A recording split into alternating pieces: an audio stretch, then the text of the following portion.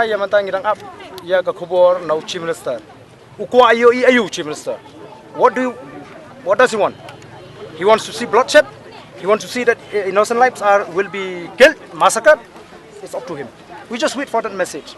The moment we get that message, we can even disperse from here, no problem. Can you conclude that a lathi charge or the use of tear gas is justified for this kind of a crowd coming from a village, innocent, simple, demanding for the rights?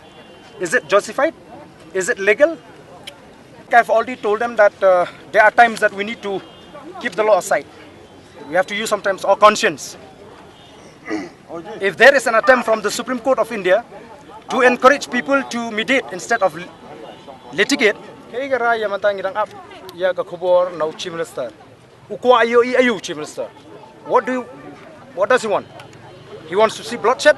He wants to see that innocent lives will be killed, massacred. It's up to him. We just wait for that message.